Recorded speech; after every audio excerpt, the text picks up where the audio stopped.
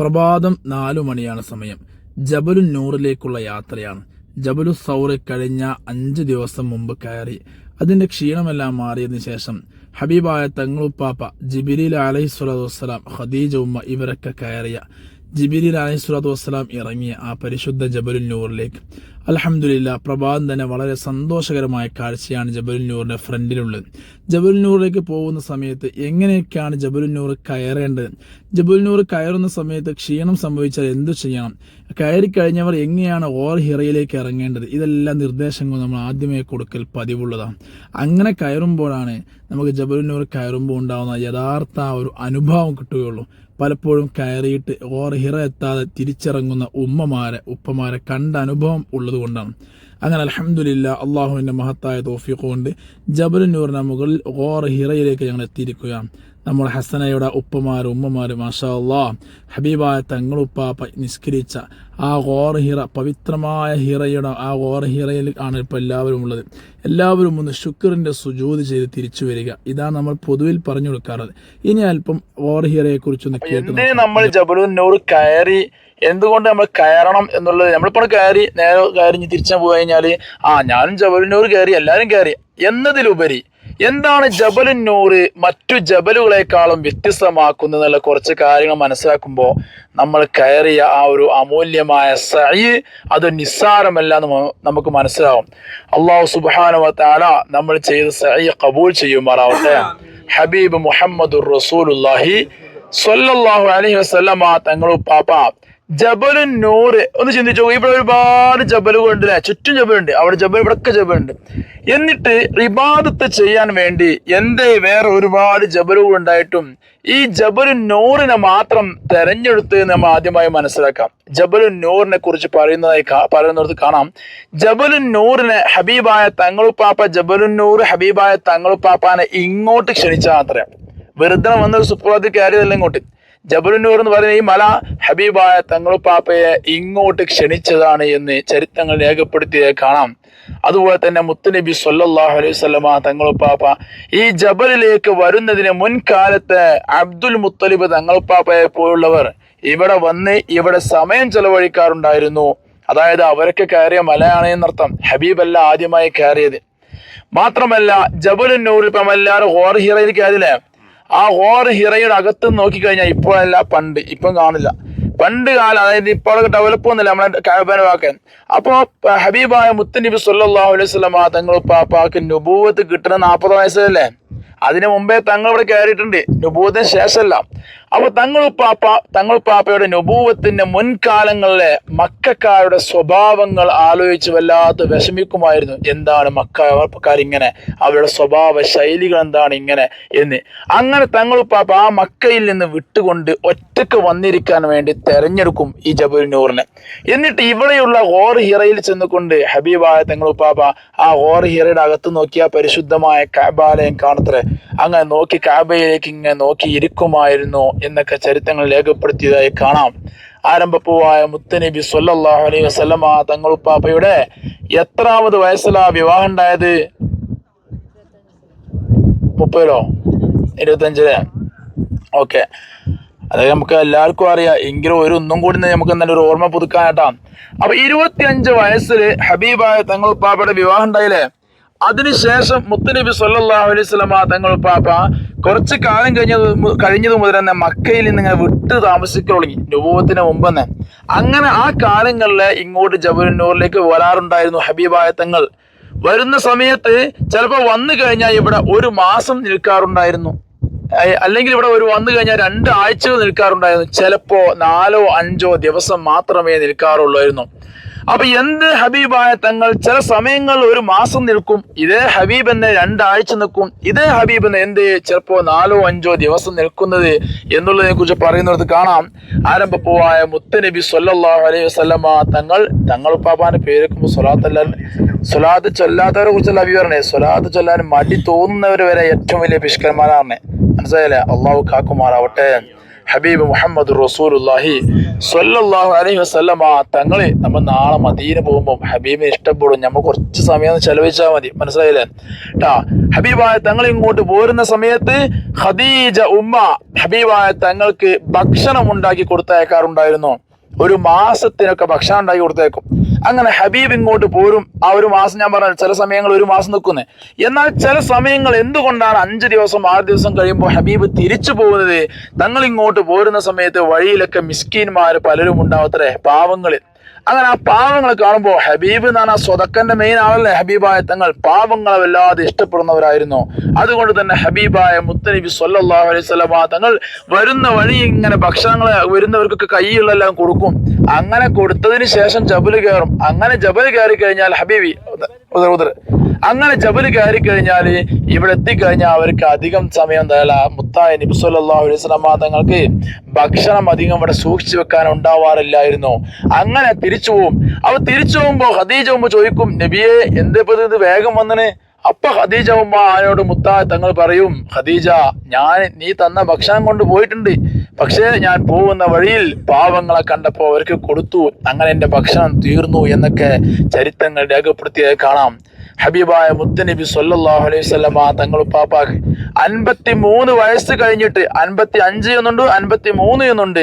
ഖദീജ ഉമ്മ ആ പ്രായത്തിലും മുത്തനബിക്ക് ഭക്ഷണം കൊണ്ട് ഇങ്ങോട്ട് വരും. ഇങ്ങോട്ട് വന്ന് ഈ ജബൽ ഇങ്ങനെ കയറി വന്ന് ആരംഭപ്പൂവായ തങ്ങൾ ഇബാദത്ത് ചെയ്യുന്ന പരിശുദ്ധമാക്കപ്പെട്ട ഹോർ ഹിറയിലേക്ക് ചെന്നുകൊണ്ട് ഭക്ഷണം കൊടുക്കാറുണ്ടായിരുന്നു. ഹബീബും അതുപോലെ തന്നെ ഖദീജ ഉമ്മയും ഒരുമിച്ച് കഴിക്കാറുണ്ടായിരുന്നു എന്നൊക്കെ രേഖപ്പെടുത്തിയേ കാണാം. എന്നാൽ ചില സമയങ്ങളിൽ ഖദീജ ഉമ്മ ഭക്ഷണം കൊണ്ട് വീട്ടിൽ നിന്ന് പോന്നു കഴിഞ്ഞാൽ ഹബീബായ തങ്ങൾക്ക് അറിയാം എന്റെ ഖദീജ ഭക്ഷണം കൊണ്ട് വന്നിട്ടുണ്ട് എന്നുള്ളത്. അങ്ങനെ ഖദീജ ഉമ്മ ഭക്ഷണം കൊണ്ടുവന്ന താഴ്വാരത്തുനിന്ന് അവർ ഭക്ഷണം ഹബീബായ തങ്ങൾ താഴ്വാരത്തേക്ക് ഇറങ്ങും എന്നുള്ളതും താഴ്വാരത്തുനിന്ന് അവരെന്തെയും ആ ഭക്ഷണം ഒരുമിച്ച് കഴിക്കുമായിരുന്നു എന്നും രേഖപ്പെടുത്തിയായി കാണാം. അതുപോലെ തന്നെ മുത്തനബി സ്വല്ലല്ലാഹു അലൈഹി വസല്ലമ തങ്ങൾ ഉപ്പാപ്പ വീട്ടിൽ നിന്ന് പോന്നു കഴിഞ്ഞാൽ ഖദീജ ഉമ്മ ഇങ്ങനെ പോണ നോക്കിക്കും. ഖദീജ ഉമ്മ പോണല്ല, മുത്തനബി പോണ ഖദീജ നോക്കിക്കും. ആരാ ഓർങ്ങൾ നിങ്ങൾ ആരെയല്ല, വേറെ ആരാണ് ഉദ്ദേശിച്ചത്. അപ്പൊ ഖദീജ ഉമ്മ നോക്കിക്കും, ഹബീബായ തങ്ങളുപ്പാപ്പ ഇങ്ങോട്ട് പോരുന്നത്. നിങ്ങളാരെങ്ങളെ പുതിയാപ്പാര് പോണ നോക്കിക്കണ്ടോ? എവിടെ ഞാൻ ഇവിടെ കുറെ പുതിയാപ്പാരുണ്ട് ചോദിക്കുവാൻ വരൂട്ടാ. കഴിഞ്ഞ ബാച്ച് ചോദിച്ചപ്പോ ഒരു ഉപ്പ പറഞ്ഞ അങ്ങനൊന്നുമില്ല ഉസ്താദ്, അതിന് പുതിയ അവിടെ ഉണ്ടായിരുന്നു. ആകെ പ്രശ്നമായി. പിന്നെ അത് തമ്മിൽ ഇറങ്ങാൻ മതി ഫുൾ പ്രശ്നമായിരുന്നു കളവില്. നിങ്ങൾ എന്തിയാ മൊയിലിന് മുമ്പ് നിന്നെ പറഞ്ഞത്? അതുപോലെ ഹബീബായ തങ്ങൾ പോരുമ്പോ ഖദീജ ഉമ്മ വല്ലാത്ത വിഷമത്തോടെ മഹബത്തോടെ നോക്കി നിൽക്കുമായിരുന്നു. കാരണം പോയി കഴിഞ്ഞാൽ എൻ്റെ ഹബീബിന് എന്നാ വരാന്നറിയില്ലല്ലോ. ഖദീജ ഉമ്മയുടെ മഹബത്ത് അങ്ങനെയായിരുന്നു. ഹബീബിനെ എപ്പോഴും കണ്ടിരിക്കാൻ ആഗ്രഹിച്ചവരായിരുന്നു മഹദിയായ ഖദീജ ഉമ്മ. അങ്ങനെ മുത്തുനബി സ്വല്ലല്ലാഹു അലൈഹി വസല്ലമ തങ്ങൾ ഇങ്ങോട്ട് പോകുന്നു. ദിവസങ്ങൾ കഴിയുമ്പോ ഖദീജ ഉമ്മാക്ക് വല്ലാത്ത വിഷമം സഹിക്കാൻ കഴിയാതാവും. നമുക്കെല്ലാം പുതിയപ്പായ പോയി വരാതിരിക്കും വിഷമം ഉണ്ടാവല്ലേ? ഒന്നും ഉണ്ടെന്ന് പറഞ്ഞു, ഉണ്ടെങ്കിൽ ഇല്ലെങ്കിലും അതിപ്പോ കുഴപ്പമില്ലല്ലോ. എന്റെ പ്രിയ നമുക്ക് വല്ലാത്ത വിഷമം ഉണ്ടാവാറുണ്ട്. ഏതായാലും വിഷമങ്ങൾ ഇങ്ങനെ ഉണ്ടാവുമ്പോ ഖദീജ ഉമ്മ കുറെ ഇങ്ങോട്ട് നോക്കിയിരിക്കും. പിന്നെ ഖദീജ ഉമ്മ ഇങ്ങോട്ട് ഹബീബായ തങ്ങൾ പോയി കഴിഞ്ഞില്ലേ, അപ്പൊ ഖദീജ ഉമ്മക്ക് വിഷമം വല്ലാതെ കൂടുമ്പോ ഖദീജ ഉമ്മ ഇങ്ങോട്ട് നടന്നു വരും എന്നൊക്കെ ചരിത്രങ്ങൾ കാണാം. എവിടുന്ന്? പരിശുദ്ധ കാബയുടെ മുമ്പിലായിരുന്നു ഖദീജ ഉമ്മയുടെ വീടുണ്ടായിരുന്നത്. ഇൻഷാ അല്ലാഹ് ഇന്ന് രാത്രി നമ്മൾ പരിസര സിയാറെ കാണാം. അപ്പം അവിടുന്ന് ഇങ്ങനെ വന്ന് താഴ്വാരത്തേക്ക് വരും. ആ സമയത്ത് ആരംഭപ്പൂവായ മുത്തുനബി സ്വല്ലല്ലാഹു അലൈഹി വസല്ലമ തങ്ങൾ സഹധർമ്മിണിയുടെ വരവ് അവർ തമ്മിൽ അറിയും. നേരെ താഴേക്ക് ഇറങ്ങും. അവിടെ അവർ പാർത്തിരുന്നു എന്നും ചരിത്രങ്ങൾ രേഖപ്പെടുത്തിയത് കാണാം. ഇങ്ങനെയൊക്കെ മുത്തുനബി സ്വല്ലല്ലാഹു അലൈഹി വസല്ലമ തങ്ങൾ ഇബാദത്തിനായി കൊണ്ട് തെരഞ്ഞെടുത്ത വലിയ ഭാഗ്യം ലഭിച്ച ഒരു മലയാണ് ഈ ജബലുൻ നൂർ എന്ന് പറയുന്ന മല. മാത്രമല്ല പരിശുദ്ധമാക്കപ്പെട്ട ഖുർആൻ ഇറങ്ങി നമ്മളെല്ലാവരും കേട്ടാണല്ലേ. അതുപോലെ തന്നെയാണ് ഈ മലയിൽ 3 നൂറുകളാണ് ഇറങ്ങിയത്. ഒന്ന് പരിശുദ്ധമാക്കപ്പെട്ട ഖുർആൻ ഇറങ്ങിയ മലയാണിത്. അതുപോലെ തന്നെയാണ് ജിബ്രീൽ അലൈഹിസ്സലാത്തു വസ്സലാം ഇവിടെ ഇറങ്ങിയ മലയാണ്. ജിബ്രീൽ അലൈഹിസ്സലാത്തു വസ്സലാമിന്റെ ഒറിജിനൽ രൂപത്തിലായിരുന്നു ഇവിടെ ഇറങ്ങിയത്. അതുപോലെ തന്നെയാണ് ഹബീബായ തങ്ങള് ഇവിടെ എന്താണ് ഇബാദത്തിനായി തെരഞ്ഞെടുത്ത മലയാണ്. എല്ലാത്തിലും ഉപരി ഖദീജ ഉമ്മ ഇവിടെ എന്താണ് പല തവണകളിലായി കയറിപ്പോയ കാൽപാദങ്ങൾ പതിഞ്ഞ പവിത്രമായ ജബലാണ് ജബലുൻ നൂർ എന്നുള്ളത്. ഒരിക്കൽ ഖദീജ ഉമ്മ ഇങ്ങോട്ട് വന്നു, ഭക്ഷണം കൊണ്ടുവന്നു. 53 വയസ്സ് കഴിഞ്ഞിട്ടുണ്ട്. ഭക്ഷണം കൊണ്ട് കയറി വന്നു. ഇവിടെ വന്ന് നോക്കുമ്പോ ഹബീബായ തങ്ങളെ കാണാനില്ല. കാണാതാവുമ്പോ സ്വാഭാവികമായിട്ടും പുതിയാപ്പിളക്ക് പുതിയണ്ണിനെ കാണാതിരുന്നാൽ, അല്ലെങ്കിൽ ഭർത്താവിന് ഭാര്യയെ കാണാതിരുന്നാലും സ്വാഭാവിക വിഷമം ഉണ്ടാവില്ലേ? അങ്ങനെ കാണാതിരുന്നപ്പോ ഇവിടുത്തെ ഖാദിമോട് ചോദിച്ചു, ഹബീബായ തങ്ങൾ എവിടെ പോയി എന്ന്. ഖാദിമോട് പറഞ്ഞു, അപ്പുറത്ത് ഇബാദത്തിലാണ്. ഖദീജ ഉമ്മ ഹബീബായ തങ്ങൾ പാപ്പയുടെ ഇബാദത്തിന് യാതൊരു തടസ്സവും വരുത്തേണ്ട നിലയ്ക്ക് ഭക്ഷണം ഇവിടെ വെച്ചു തിരിച്ചു പോയി എന്നും ചരിത്രങ്ങളിൽ കാണാം. ചുരുക്കി പറഞ്ഞാൽ അങ്ങനെയെല്ലാം ഭാഗ്യം ലഭിച്ച ഈ പവിത്രമായ ജബലുൻ നൂർ ഹബീബായ തങ്ങൾ ഇവിടെ ഞാൻ പറഞ്ഞല്ലോ പല ദിവസങ്ങളിലും നിൽക്കുമായിരുന്നു. അങ്ങനെ നിന്ന് കഴിഞ്ഞ് വീട്ടിലേക്ക് തിരിച്ചു ചെല്ലുമ്പോ ഖദീജ ഉമ്മ ആകാംക്ഷയോട് ചോദിക്കും, എന്താണ് ഹബീബെ വിശേഷങ്ങൾ, എന്താണ് നബിയെ വിശേഷങ്ങൾ? ഖദീജ ഉമ്മ നല്ല സ്നേഹത്തോടെ ചോദിക്കും, എന്താണ് നബിയെ വിശേഷങ്ങൾ എന്നുള്ളത്. അങ്ങനെ ഹബീബായ തങ്ങളിങ്ങനെ പറയും, ഖദീജ, ഞാൻ ഇങ്ങനെ അവിടെ നിൽക്കുന്ന സമയത്ത് ചില സമയത്ത് ഒരു അശരീരി ഞാൻ കേൾക്കുമായിരുന്നു. അസ്സലാമു അലൈക്കും എന്നൊക്കെ ഞാൻ കേൾക്കും. എവിടുന്നാ നോക്കിയൊന്നും കാണില്ല. അങ്ങനെ പലപ്പോഴേ ഞാൻ കേട്ടിട്ടുണ്ട് എന്ന് ഹബീബായ തങ്ങളോട് ഖദീജ ഉമ്മ പറഞ്ഞു, ഹബീബെ അങ്ങ് വിഷമിക്കണ്ട, അങ്ങേക്ക് അള്ളാഹു നല്ലതല്ല തരില്ല. ഒന്ന് ചിന്തിച്ചു നോക്കൂ, 40 വയസ്സുള്ള ഖദീജ ഉമ്മയെ 25 വയസ്സുള്ള ഹബീബിന് കൊടുത്തത് അള്ളാഹുവാണ്. എന്ത് അങ്ങനെ കൊടുക്കാൻ കാരണം മഹാന്മാർ പറയുന്നതായി കാണാം. 25 വയസ്സുള്ള മുത്തുനബി സ്വല്ലല്ലാഹു അലൈഹി വസല്ലമ തങ്ങളുപ്പാപ്പ ഒരു നബിയാവാനുള്ളതാണ് എന്നുള്ളതും വലിയ വലിയ ദൗത്യങ്ങൾ നേരിടാനുള്ളതാണ് എന്നുള്ളതും അള്ളാഹ് തീരുമാനപ്രകാരം നടക്കുള്ളൂ. അതുകൊണ്ട് തന്നെ അള്ളാഹു സുബ്ഹാനഹു വ തആല കൂടെ നിൽക്കുന്ന സഹധർമ്മിണിയെ എന്താണ് ഒരു സ്ട്രെങ്ത് ഉള്ളതാണ്. നമ്മളെ ഭാര്യമാരാണ് ഈ സ്വാഭാവികയുടെ സിസ്റ്റം എന്താ, നമ്മുടെ നാട്ടില് ഭർത്താവിന് പ്രായം കൂടുതൽ ഭാര്യ കുറച്ച് കുറവല്ലേ. അപ്പൊ എന്തെങ്കിലും പ്രശ്നം ഉണ്ടായി കഴിഞ്ഞാൽ എന്താ പറയാ, എന്തിനാ അങ്ങോട്ട് പോയത്, ഇനി അങ്ങോട്ട് പോകണ്ട പറയില്ലേ? ഇല്ല, ഇനി ഉണ്ട് പറയുന്നത് ഇപ്പൊ എന്താ പ്രശ്നം? അത് സ്വാഭാവികമാണ്. കാരണം എന്താ വെച്ചാൽ പ്രായം കുറവുള്ളവരുണ്ടാവുമ്പോൾ ആ ഒരു എന്താണ് പെട്ടെന്ന് പേടി വരും. ഉമ്മമാർക്ക് പെട്ടെന്ന് ഭാര്യമാർക്ക് പേടിയാവും, നിങ്ങൾ അവിടെ പ്രശ്നം ഉണ്ടാക്കാൻ പോയതറിയില്ലേ. ഹബീബായ തങ്ങളുപ്പാപ്പാക്ക് ഒരു സ്ട്രെങ്ത് ആയിരുന്നു ഖദീജ ഉമ്മ. അതുകൊണ്ട് തന്നെയാണ് ഹബീബായ തങ്ങൾ ഈ വിഷയം പറഞ്ഞപ്പോ ആരംഭ പൂവിന്റെ ഈ വിഷയം ഖദീജ ഉമ്മ ആദ്യം പോയി അന്നത്തെ വലിയ പ്രമുഖമായ പണ്ഡിതനായിരുന്നു വറഖത്ത് ഇബ്നു നൗഫൽ. അവരടുത്ത് 2 തവണ പോയിട്ടുണ്ട്. നമ്മുടെ ചരിത്രങ്ങൾ രണ്ടാമത്താണ് നമ്മുടെ ചരിത്രങ്ങൾ പൊതുവിൽ കേൾക്കാറുള്ളത്. ആദ്യമായി പോയിരുന്നു. ആ പോയ സമയത്ത് അവരോട് പറഞ്ഞു, ഇങ്ങനെയൊക്കെ സംഭവങ്ങൾ ഉണ്ടായിട്ടുണ്ട്, മുത്തുനബിക്ക് ഇങ്ങനെ സംഭവങ്ങൾ ഇങ്ങനെ അശരീരി കേൾക്കുന്നുണ്ട്.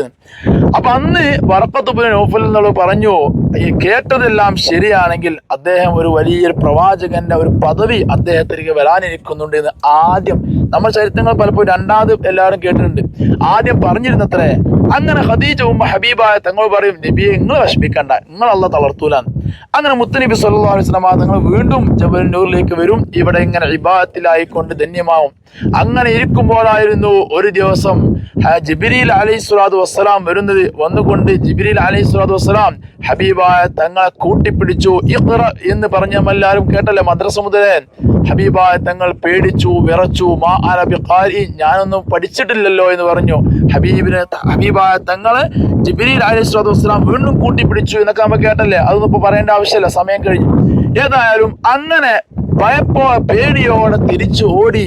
എന്നിട്ട് ഹബീബായ തങ്ങളുപ്പാപ്പ ഖദീജ ഉമ്മയോട് പറഞ്ഞു, സമ്മിലൂനി യാ ഖദീജ എന്ന് പറഞ്ഞു. ആ സമയത്തും ഹബീബായ തങ്ങളോട് ഖദീജ ഉമ്മ, ഖദീജ ബീവി എന്നുള്ള ഒരു ഭാര്യയുടെ പദവിയിലുപരി ഒരു ഉമ്മയുടെ സ്ഥാനം കൂടെയായിരുന്നു ഹബീബായ തങ്ങൾക്ക് ഖദീജ ഉമ്മ കൊടുത്തിരുന്നത്.